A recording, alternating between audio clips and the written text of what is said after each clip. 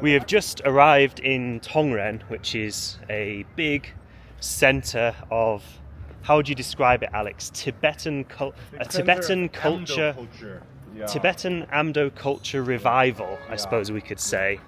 Tongren in Chinese, Rebgong in Tibetan. Right. And it's the capital of the Huangnanzhou prefecture. And it's a big place for Tanka art, especially. Lots of big Tanka schools and very expensive Tankas made here. If you like your Tibetan Buddhist art, a lot of them come from here. I'm just blown away by how built up this place is. I mean, especially where we've been the last few days. I mean, look at just all the high-rise, and it's pretty clean and orderly. Yeah, it's a pretty interesting place. It's not what I was expecting, that's for sure. Yeah, this looks good.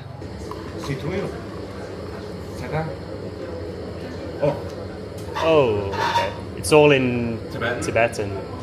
Do you want? I'm probably going to get the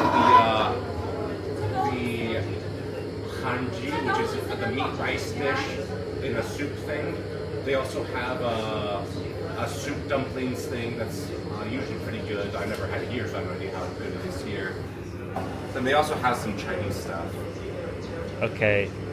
I don't know because I can't read Tibetan, but I feel like I want some sort of meat on rice or meat on noodles. Is that good for you? Oh, we got butter tea as well. Do you want a big or small? So if you've never had Tibetan butter tea before, this is a very acquired taste. It's like I suppose it's like an incredibly milky tea with a bit of a kind of rancid buttery taste to it. When I was in Tibet itself, in Lhasa and around there, they put salt in it. I don't think they put salt in it here, so it's a bit more palatable. But it's interesting. They've given us bread. That is a first time I've ever been to a restaurant in China and they give you complimentary bread. How cool is that? Let's see what it tastes like.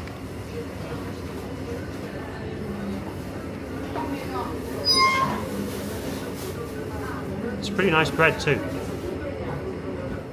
We are now going to leave this built-up modern town of Rebgong itself. We're going to head out to some of the villages. And I understand from what you were saying before, Alex, that most of this area historically was more Tu people, not necessarily Tibetan people, like prior to this kind of, cultural revival. Well, it's both, because we're in a valley, right? And historically the valley, especially under like the Qing dynasty, the valley had more Hanzu, Huizu, and Tuzu, and the Tuzu are this mix of Mongolic ancestry and Chinese ancestry, and some of them speak a Mongolic language or a Chinese language or mixed together, but they practice Tibetan Buddhism. And in the valley, traditionally, they lived in the valley floor, and the Tibetans lived in the mountains. From what I understand, in the more modern area, as it built up, because this is also the capital of the prefecture, you had a lot more Tibetans also moving in, but it's always had a lot of Tibetan cultural presence because the Tu did practice Tibetan Buddhism. And there is a big monastery, the Rongwu Monastery, which is of course a Tibetan Buddhist monastery. But yeah.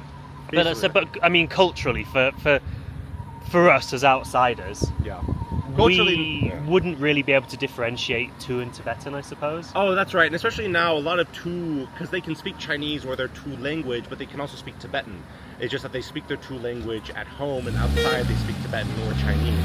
And so a lot of Tu, if you ask them, are you Tuzu, or if you ask them, are you Tibetan or Tuzu, they might just say, I'm Tibetan. It's, again, some of the ethnic identities can be a little bit fluid. Yeah. Should we cross the road? Yeah, sure.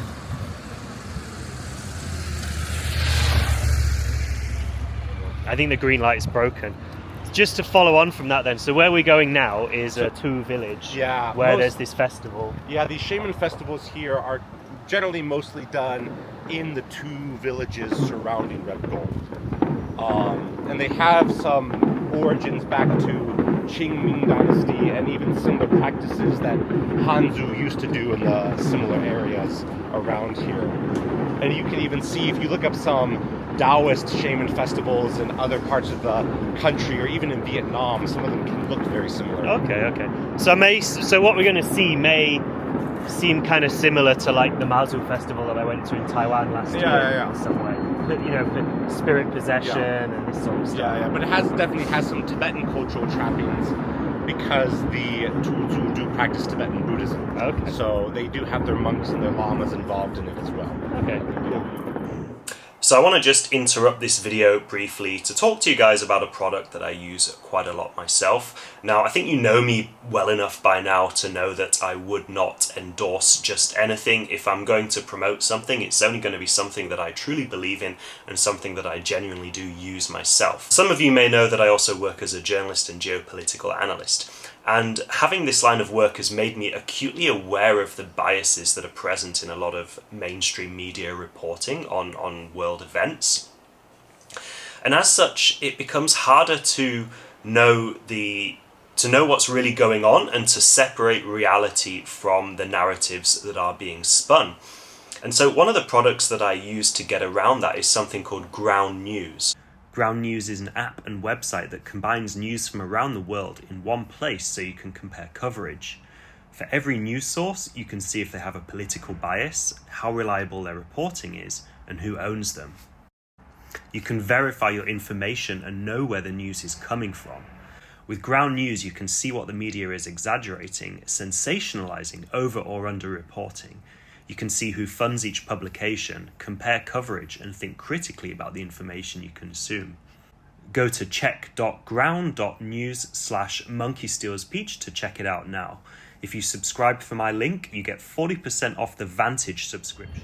It sounds like the festival, they're kind of on pause for their lunch break and siesta and whatnot, so we're going to explore what's the temple called? The Rongu Gompa. It is the biggest monastery in the Rebgong Valley, a very important spot for all the people from Rebgong, and also it has a history going back I think about 400 or 500 years. Wow. I can't remember exactly.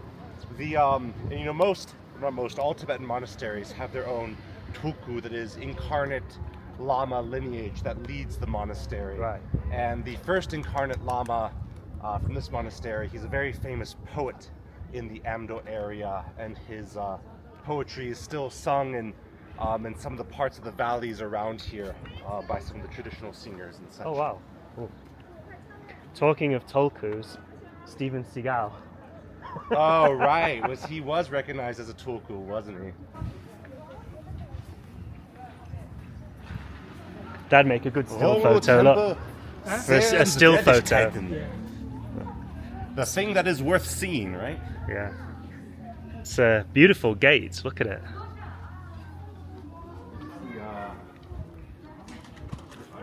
Look at the door gods. That's like a door god, like in Chinese Buddhism? No, I mean he's just a monk. Oh, okay. I mean, it does kind of look like the Taoist door gods. You often No, get. you're right. I think he's a monk. Oh, this is a commemoration called the Pinpancha Lama. Oh. I really like the Tibetan lions as well, the whites with the turquoise manes. They look really quite stunning.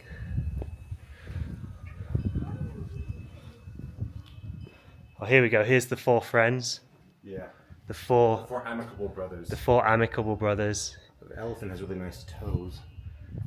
And the monkey.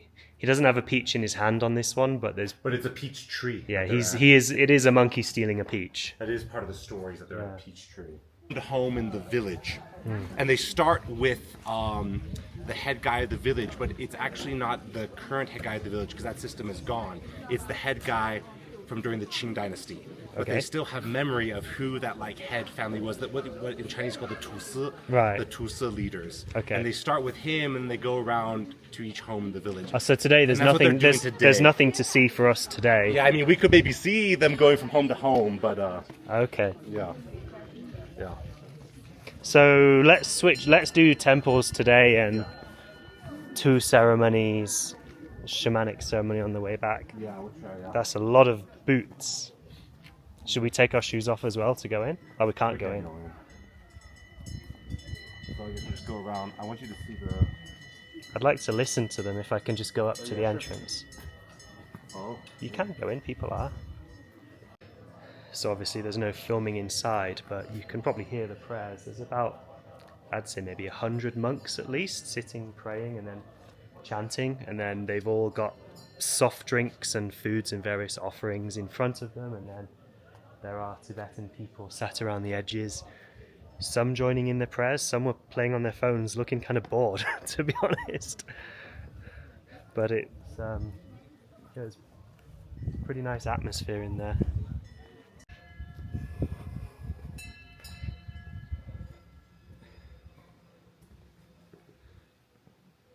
Wow, look at these paintings, these are absolutely stunning. I wish I knew more about Tibetan Buddhism and who's who. The one thing that I do know though is that this is a depiction of the various realms of existence in Buddhism. I'd have to work out which one's which, but you can see that there's various. I think the middle one is the Earth realm, and so you can see people are living kind of not particularly great lives, people are being enslaved, they're worshipping these various deities, and then you can see these hell realms underneath where people are being tortured and cut open by various demons. Then you can see the realm of the animals. So the realm of the animals is a lower realm, that's on the left. That's a lower realm than that of humans. And then to the right, you can see the hungry ghosts. So they have these tiny necks and great big bellies so that they're always hungry, but they can never be fulfilled. Their desires can never be insatiated, so they're kind of doomed to always be wanting more than they can get. And then further up you have the realms of the gods, which is sort of more idyllic, but you're still, as a god, you're still trapped in samsara. You're still unable to break the cycle. Am I explaining this correctly? Yeah. I mean, I'm just going over the various realms. I don't know how much you heard of it. You have 6 main realms, starting from, highest to lowest. You have gods, demigods, humans, animals, hungry ghosts, and hell beings. And the human one is the best one, because even though there is suffering in it, still it is the only one where you can really practice Dharma, and it is the only one where you can achieve liberation. And yeah, even the gods live lives that can last thousands upon years or thousands of eons even, but they live in such pleasure and joy that they never turn their mind to Dharma. They never desire to practice Dharma and achieve a liberation, and eventually their karma will run out and they will then be reborn in a lower birth. The Trumps and the Elon Musks of the Dharma. Yeah.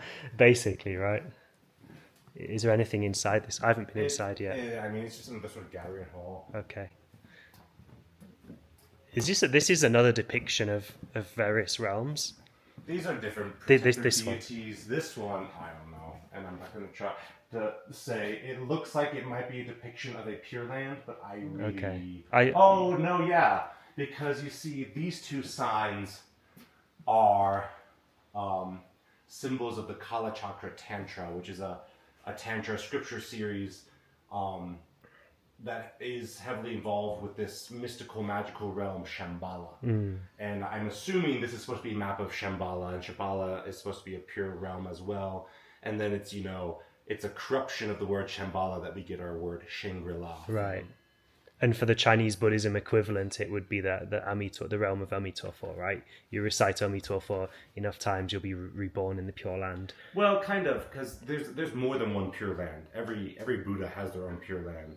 And so, yeah, in the Chinese Buddhism, the most common one they try to get to is Amitofo's, Amitabha's Pure Land. But you can potentially go to other Pure Lands, and especially in Tibetan tradition, there are many Pure Lands to choose from. There's no picture sign, so I'm going to show you guys what it looks like inside, albeit this one is completely empty. Is it disrespectful to walk through the middle? I don't know. I've never done it. I'm not going to. Yeah, I'll circumambulate That just would be on me. I don't actually really know. Yeah, I'll circumambulate. Better safe than sorry. But I just want to let you guys see what they do look like inside.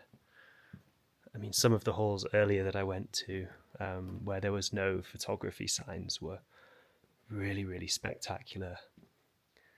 But this one's still pretty amazing. I mean, look at this depiction of a battle. You can see, they even have guns, rifles, swords. I don't know what this battle is, but the deity in the middle kind of looks like Jinnalor from the patron deity of Shaolin. I don't think it is, but it does look very similar.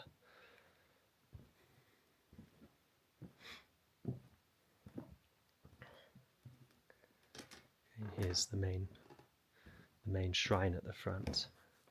And you can see the portraits of various lamas.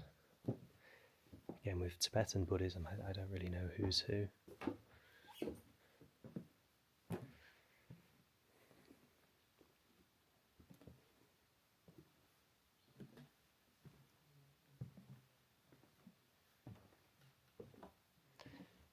But yeah, just to give you guys an idea of how the Tibetan temples look inside. You have these very fearsome protection deities, protectors of the Dharma, right next to these very compassionate and wise looking deities. You can see here this one, devouring. Again, unfortunately I don't know who's who, but you can see this one looks particularly fearsome. But these in Buddhism, or in Tibetan Buddhism, these are all protectors of Buddhism. These are not deities that would be doing harm to humans necessarily.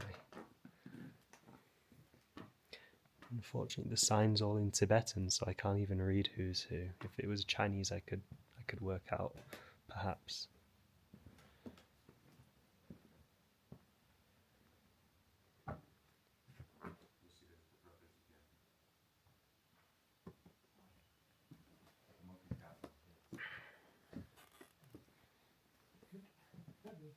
I told you, yeah, elephants drawn by people who have never seen elephants before.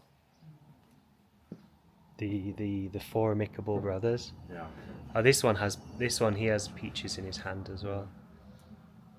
But I also did notice, actually, Do you want me to just... if you want to look at this That's again, okay.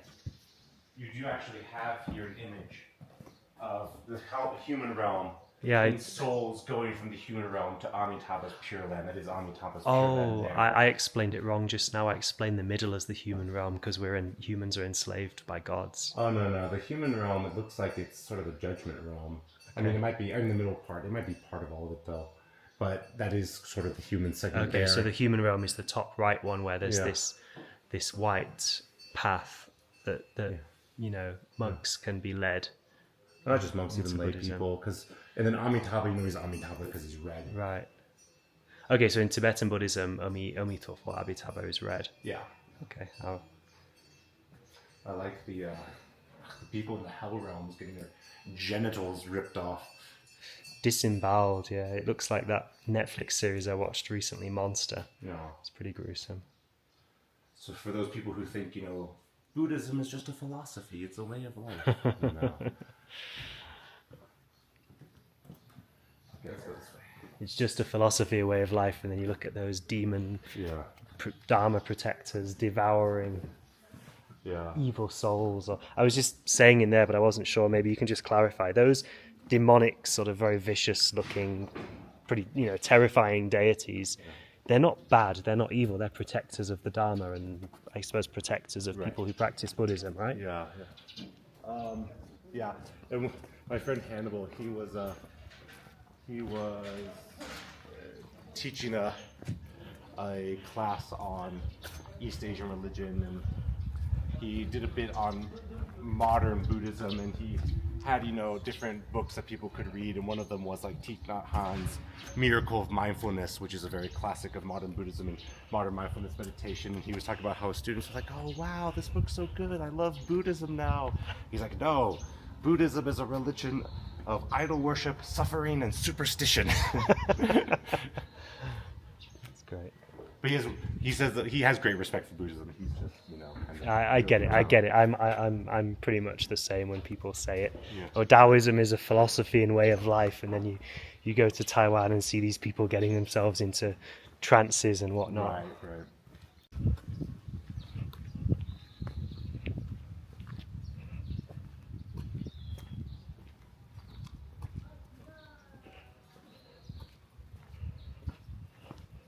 Oh, that's a nice propaganda. Where? Oh, I see. Yep. It said this in the Salah Mosque in Xunhua. This adds Aidang. Aidang, Agua, Aijiao. So love the party first, love the country second, and love the religion third. Yeah, so we've got our priorities in order.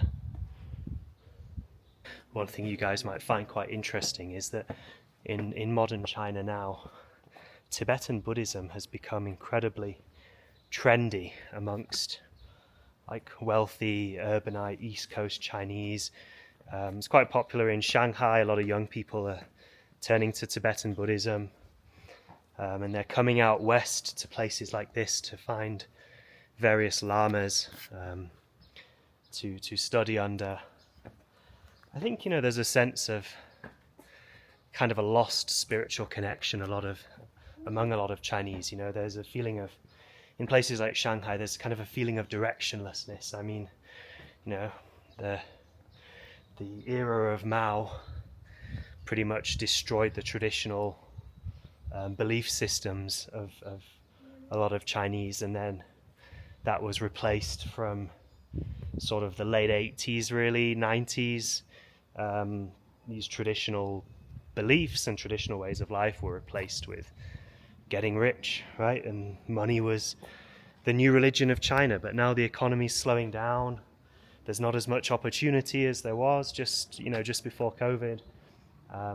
Times are getting harder for a lot of people here in China, and they're feeling like, what's the point? You get told, go to university, get a good education, get yourself a good job, earn good money, start a business, and export goods to Western countries, and all of this kind of stuff's slowing down a lot. A lot of Chinese are starting to feel lost, and so they're turning to places like this where religion is still very much a part of people's lives. You have a much stronger and less disrupted transmission of Buddhism. So a lot of Buddhism, I think, offers a lot of answers to a lot of the problems that particularly these young Chinese are facing now in the big cities. There's a little cat, little temple cat. Hello. And so, yeah, you're getting lots and lots of the big city Chinese coming out to places like this to find themselves.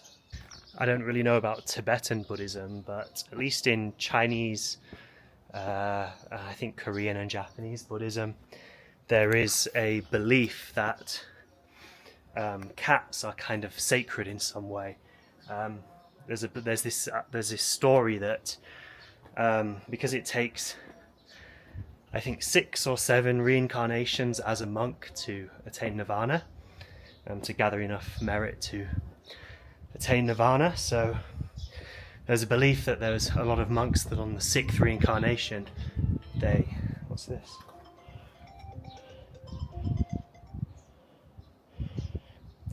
Sorry. There's a belief that a lot of monks on the 6th reincarnation will break their vows somehow, whether it's drinking or something sexual or something else. They break their vows and they lose momentum and are then unable to attain nirvana. And so the Buddha, because of the merit they've accumulated, allows them to be reborn as a cat, and a cat specifically that lives in a temple. And so you'll see that cats are the only animals that are allowed to climb on the shrines, climb on top of the Buddha's head, sleep wherever they want. And that's kind of the Buddha allowing these monks to, yes, they were reborn as animals as punishment for breaking their vows, but they're also allowed to be an animal that gets to be close close to the shrines and is therefore able to, still attain some merit so that it can be reborn and start the process of becoming a monk and attaining enlightenment again.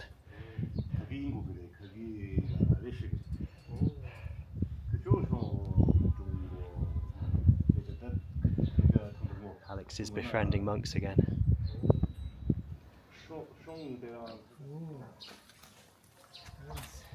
So these footprints, I mean, that's really unreal, isn't it? They're like melted into the ground. And that's not the only one. You see some here. Yeah, they're all the way along. And so you can see years of praying and doing prostrations. And so you can see the lines where they've slid, yeah, where they've been sliding on the wood.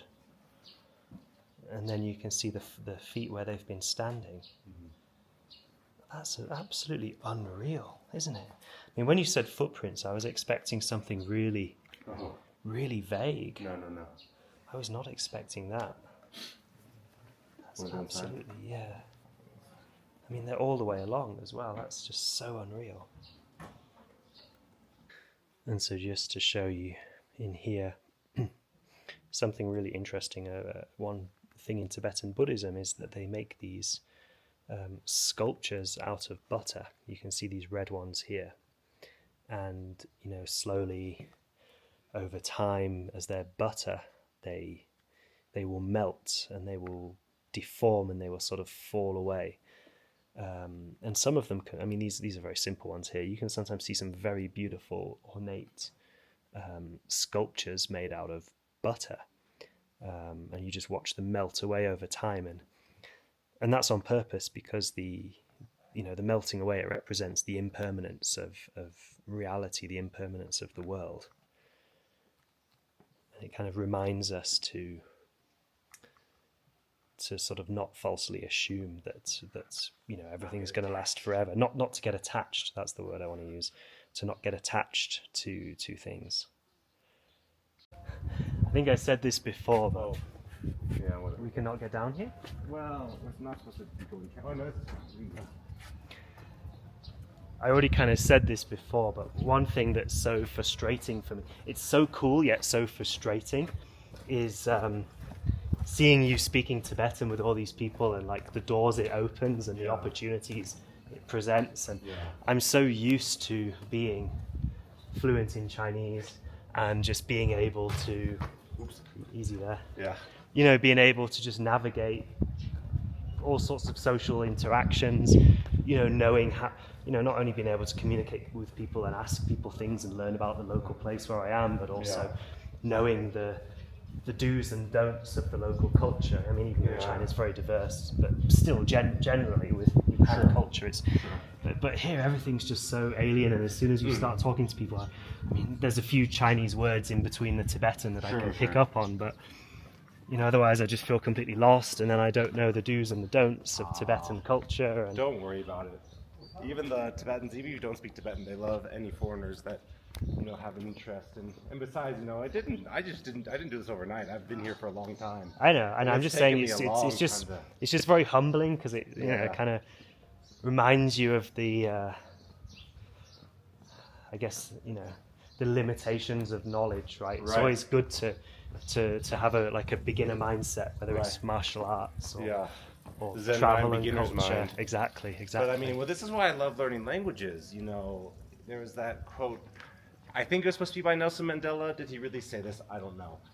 But there's this quote I always love that if you speak to a man in a language he knows, that goes to his head. But if you speak to a man in his language, that goes to his heart. Right. And it is really true here. And you don't even have to know that many words. You can just say, Chodemo Jashidela, and they're like, whoa, yeah. You know how to say this? Like, they're very moved. They're truly legitimately moved. And Next time, we'll continue our journey in Rebgong and take part in the epic Kurol Festival, a huge event held annually by local Tibetan and Tu people.